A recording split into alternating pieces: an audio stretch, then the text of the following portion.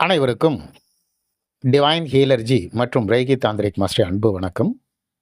இன்றைய பதிவில் சிவனடியாக இருப்பவர்கள் யமனுடைய பாசக்கயிறையும் அறுத்தெறியும் ஆற்றல் பெற்றவர்கள் அப்படின்ற தலைப்பு பார்க்க போகிறோம். சிரஞ்சீவி அப்படின்னு சொல்லிட்டு ஒரு அர்த்தம் இருக்குது. அதாவது மரணமில்லா பெருவாழ்வு வாழ்பவர்கள் சிரஞ்சீவி அப்படின்னு சொல்லுவாங்க.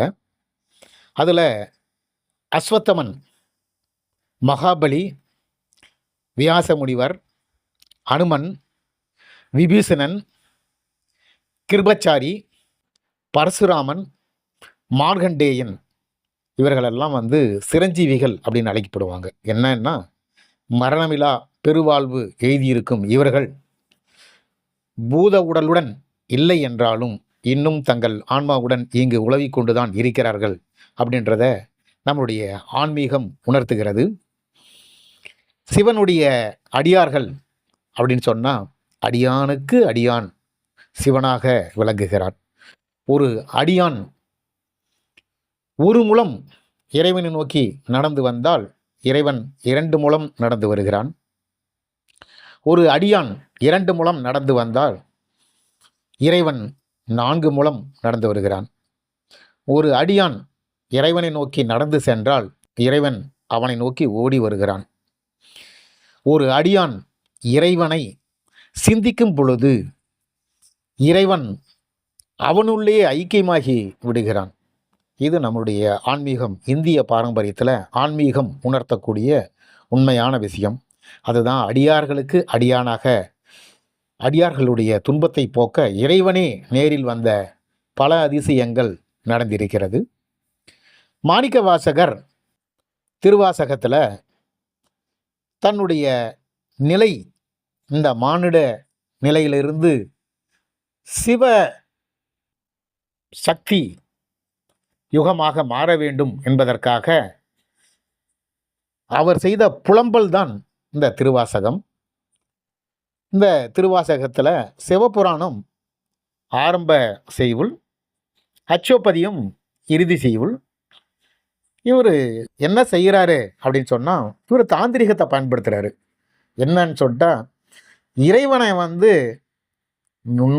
உன்னை விட மகா புருஷன் யாரும் இல்லை, என்னை எடுத்துக்கொண்டால் நாய் அப்படின்னு சொல்கிறார். கேடு கட்ட நாய் நானே, நாய் நீச நாய் அப்படின்றார். சிவபுராணத்திலையும் திருவாசகத்திலையும் மாணிக்க வாசகர் நாய் அப்படின்ற சொல்கிற வார்த்தையை அதிகமடியாக பார்க்கலாம். சிவபுராணத்தில் ஞாயிற்கடையாய் கிடந்த அடியேனுக்கு தாயிற் சிறந்த தயவான தத்துவனேன்னு முடிக்கிறாரு.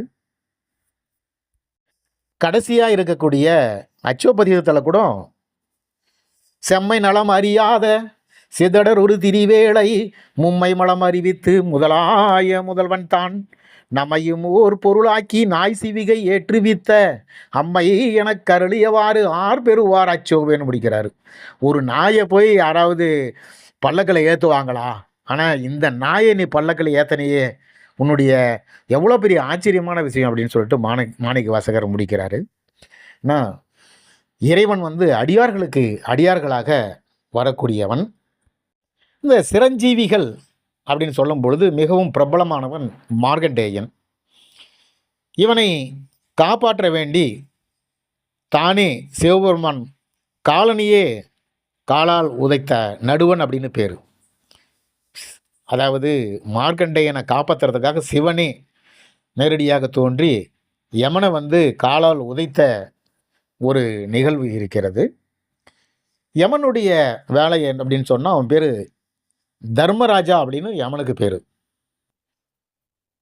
இந்த உலகத்திலுடைய நன்மை தீமைகளை கணக்கு போட்டு தர்மத்தின் நிலையாக உயிர்களை பறிக்கக்கூடிய ஒரு வேலையை யமன் செய்வது. இந்த யமனுடைய வேலையில் யாரும் குறுக்கிட மாட்டார்கள், எந்த தெய்வங்களும் குறிக்க மாட்டார்கள். ஏனென்றால் அது காலச்சக்கரத்தினுடைய விதி. அது இந்த காலச்சக்கரத்தையே மாற்றக்கூடிய அமைப்பு அடியார்களுக்கு நிகழ்ந்திருக்கிறது. நம்முடைய இந்திய பாரம்பரியத்தில் இந்த நிறைய நிகழ்வுகள் இருக்குது. யமனுக்கு பயந்து 16 வயதிலே நிரம்பிய அந்த பாலகன் சிவபெருமானிடம் தஞ்சம் புகுந்ததும் பின்னர் சிவபெருமான் பிரஸ்திச்சமாகி, அதாவது நேரில் தோன்றி காலனை காலால் உதைத்து இவனை காத்தருளியதும் அது ஒரு யோக கதைகளில் ஒரு முக்கியமான விஷயம். ஏன்னா அடியார்களுக்கு அடியானாக அவன் வந்து நிற்பான்.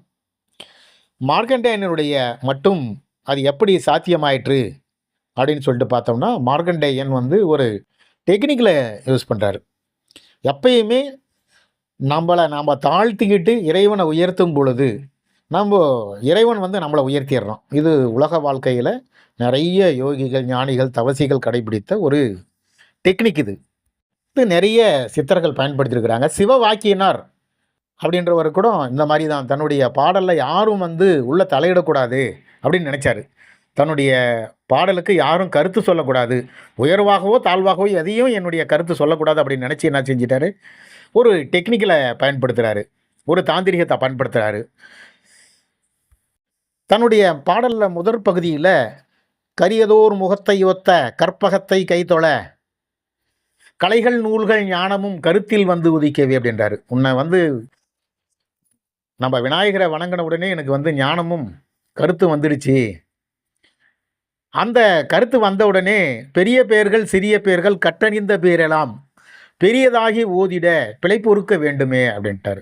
யாராக இருந்தாலும் சரி, பெரியவராக இருக்கட்டும், சின்னவனாக இருக்கட்டும், கற்றறிந்த பேராக இருக்கட்டும், நிறைய பெரிய வல்லுநர்களாக கூட இருக்கட்டும், என்னுடைய பாட்டில் ஏதாவது பிழைகள் இருந்தால் அதை வந்து பொறுத்தளர வேண்டும் அப்படின்னு சொல்லிட்டு ஒரு டெக்னிக்கலை பயன்படுத்துகிறாரு. தப்பே இருந்தால் கூட யாரும் சொல்கிறதுக்கான வாய்ப்பு இல்லாமல் போயிடுது. ஏன்னா ஆரம்பத்திலேயே அவர் தப்பு இருந்தால் மன்னிச்சுங்க அப்படின்ட்டாரு. இதெல்லாம் வந்து அடியார்களுக்கு அடியாரம் செய்யக்கூடிய ஒரு தாந்திரிக நிலை. இந்த புராண கதையில் மார்க்கண்டேயனுக்கு மட்டும் இது எப்படி சாத்தியமாயிற்று அப்படின்னா, இதனுடைய பின்னணியில் நமக்கெல்லாம் மிகப்பெரிய செய்தி ஒன்று இருக்குது. மார்க்கண்டேயனுக்கு 16 வயதில் மரணம் சம்பவிக்கும் அப்படின்னு சொல்லிட்டு விதி இருக்குது. அவனுக்கு அல்பாயுசு தான் அப்படின்றது அவனுடைய தந்தையான மிருகண்ட மகரிஷிக்கு தெரிஞ்சிருது. ஆகையால் அவர் வந்து பையனை கூப்பிட்டு அவனை காக்க வேணும் அப்படின்றதுக்காக மிருகண்ட முனிவர் அவருக்கு ஒரு டெக்னிக்கல் சொல்லித்தராரு. அவனுக்கு சீக்கிரம் உமனையும் எல்லாம் செஞ்சு கொடுத்துட்டு, நீ வந்து எந்த பெரியவங்களாக இருந்தாலும் சரி, யாராக பார்த்தாலும் முதல்ல அவர்களை வந்து காலில் விழுந்து வணங்கிடு, நமஸ்காரம் செஞ்சிடு அப்படின்றார். மார்க்கண்டேயனும் அதே போல் தான் பார்க்கும் பெரியவர்களுடைய கால்களில் விழுந்து விழுந்து ஆசீர்வாதம் பெறுறான். சப்த ரிஷிகள் ஒரு முறை மிருகண்ட முனிவருடைய ஆசிரமத்துக்கு வரும்போது மார்க்கண்டேயன் அவருடைய கால்களில் விழுந்து ஆசீர்வாதம் பெறுறான். அவர்களும் தீர்க்க ஆயுஷ்மான் பவ அப்படின்னு சொல்லிட்டு வாழ்த்திடுறாங்க. சப்த ரிஷிகள் சொன்ன வார்த்தை பொய்யாகக்கூடாது இல்லையா? பிறகுதான் தெரிந்து கொள்கிறார்கள் அவனுக்கு 16 வயதில் மரணம் சம்பவிக்கும் அப்படின்னு. என்றும் இந்த சத்தியத்தை பேசக்கூடிய இந்த சப்த ரிஷிகளினுடைய வாக்கு பொய்க்குமா? இருப்பினும் இந்த பிரச்சனையை பிரம்மாவிடம் கொண்டு செல்கிறார்கள். அவரிடமும் விழுந்து ஆசீர் பெறுகிறான் மார்க்கண்டேயன். அவரும் அதே போல் ஆசி வழங்கி விடுகிறார்கள். இப்படி பார்க்கும் பெரியவர்கள் எல்லாம் அவனுக்கு ஆசி வழங்கவே அவர்களுடைய ஆசி அனைத்தும் சேர்ந்து அவனது தலையெழுத்தையே மாற்றிவிடுகிறது. பெரியவர்களுடைய ஆசி நிறைவேற்றுவது பரம்பொருளின் கடமை அல்லவா? அதனால தான் சிவன் வந்து நேரில் வர்றார். சிவபெருமான் தோண்டி மார்க்கண்டேயனை வந்து காலனுக்கு பயந்து சிவபெருமானுடைய லிங்கத்தை வந்து கட்டி பிடிச்சிக்கிறான். அப்போ தான் வந்து காலனை உதைத்த நாயன் நடுவனை மரணமே வருக வருக அவன் இருக்க பயம் ஒளிக ஒளிக அப்படின்னு சொல்லிட்டு ஒரு பாடலாசிரியர் பாடுறாரு. இதனால் சிவனே அவனுக்கு வந்து என்றும் 16ஆவே சிரஞ்சீவியாக இருப்பா அப்படின்னு சொல்லிட்டு வரம் தர்றாரு.